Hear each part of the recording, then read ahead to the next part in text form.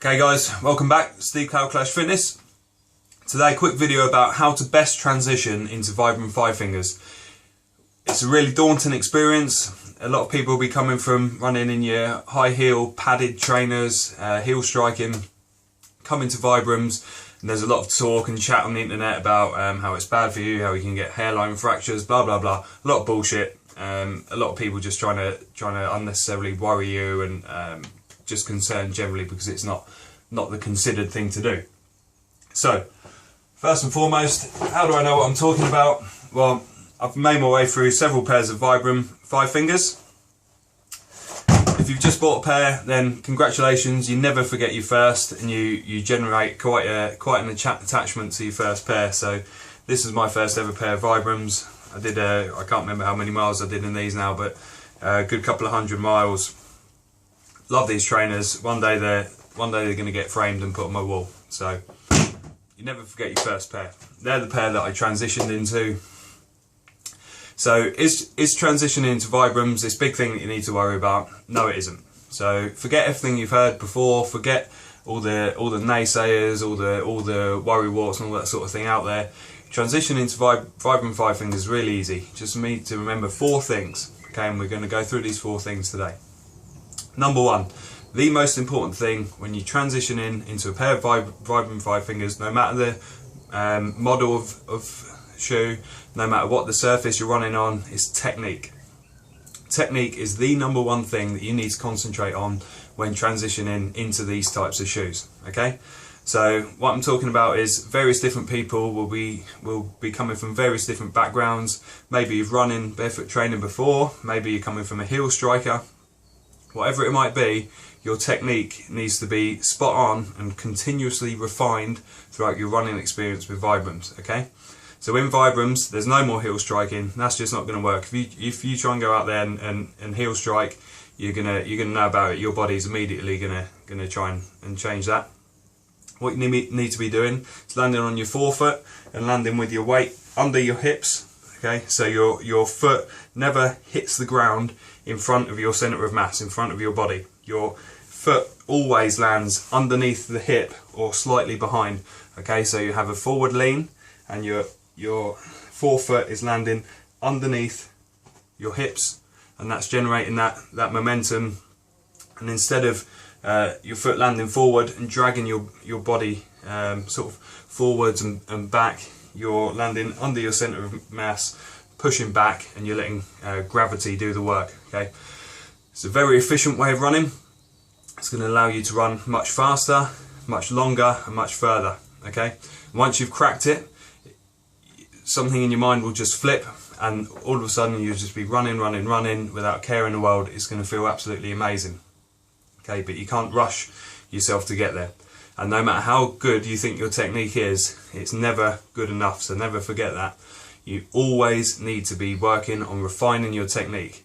There's always improvements that can be made there. Okay, there's efficiencies that can be made, whether that's in speed or if you're running slightly slower. There's always efficiencies. Okay, so there's always a little bit more speed you can eke out without much more or any more effort. Okay, you can always run further as long as you're running in the most efficient way possible.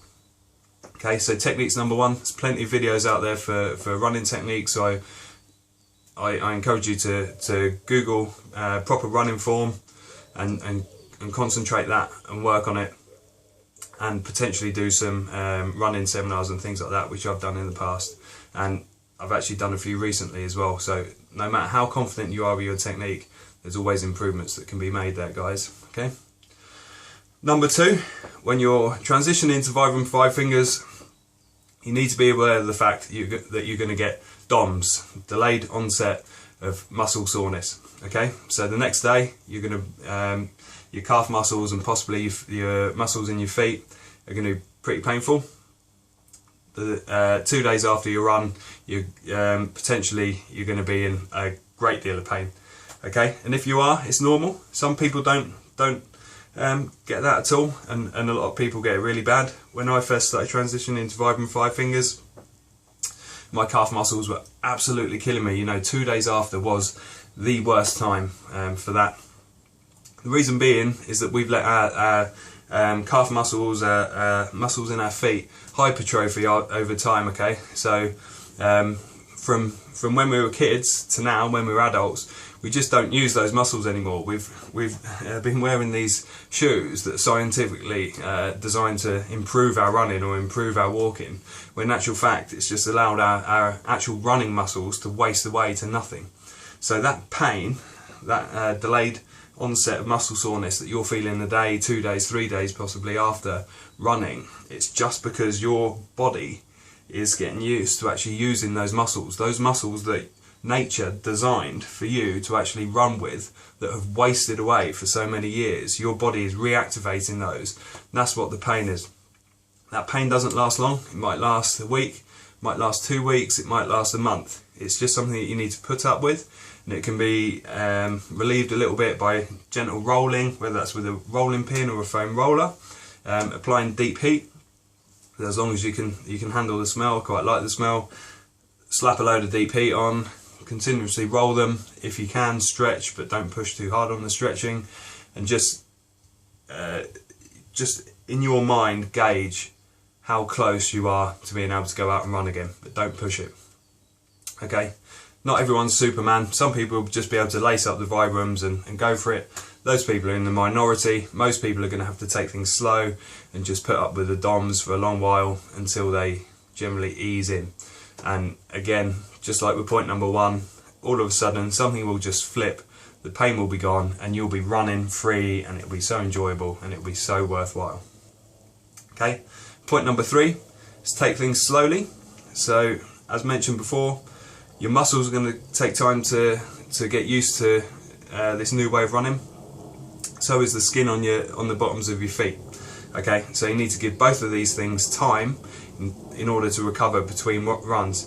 So even if you feel amazing the day after you run, while you're transitioning, have at least a day in between and see how you feel 2 days after you run. Okay, because the worst thing that you can do is go out there and absolutely hammer it 2 days in a row, and then all of a sudden you're injured, or you've removed all of the skin off the bottom of your feet, you've got a big blister, and then you've got to wait a week before your next run, and then you're back to square one. What you want to do is keep it consistent. Okay, so run and then have 1 day off, run the next day, or run, have 2 days off depending on how sore your muscles are, and then run on the third day. So you just need to keep it consistent, keep it sensible.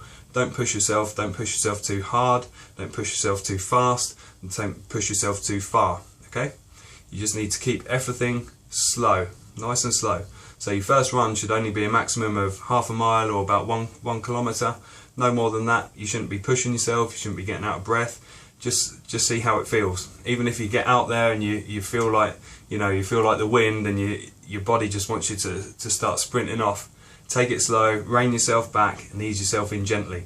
Your legs, I promise you, will thank you for that the day after. And the fourth point, and probably for me the most important point on the list, is enjoy yourself. You have bought the ultimate pair of running shoes, okay? You're transitioning into the ultimate running shoe.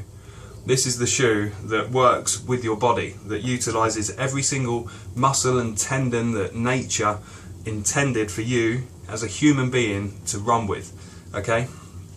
It's so enjoyable. You're going to be able to feel every little groove on the floor, whether you're running on tarmac, asphalt, whether you're running on the trails, whatever it might be, you're going to feel absolutely everything. That doesn't mean it's painful, it's not. After transitioning, everything's all good. It just is a glorious, enjoyable experience. And once you crack it, you will just go out there and you will run, and you will run, and you will run, and you'll have this huge smile on your face.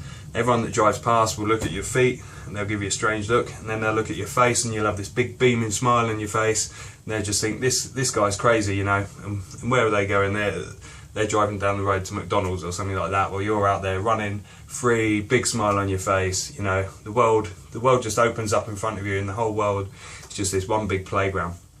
Okay, so the most important thing on the list is enjoy. Okay, so quick recap. Number one, technique. You have to focus on your technique, and you never stop focusing on your technique. That's not just for transitioning into Vibrams, that should be all the time. Too many people come along to running, and they just strap on a pair of shoes and they start running with no care for technique. You wouldn't do that in any other sport, and you should not do that in running. Number 2 is DOMS, muscle soreness. It's going to happen. The severity of which depends on your technique and a number of different things, and how hypertrophied your muscles have become over the years. So don't push yourself too hard on with the DOMS. Number 3, take things slow. Take the mileage slow. Take the pace slow. Take the time that you're running slow. Everything needs to be taken slowly. 4th, and most importantly, enjoy the experience. Okay, leave some comments down below. Don't forget to subscribe. Keep motivating me to make more videos. Let's keep this train rolling, guys.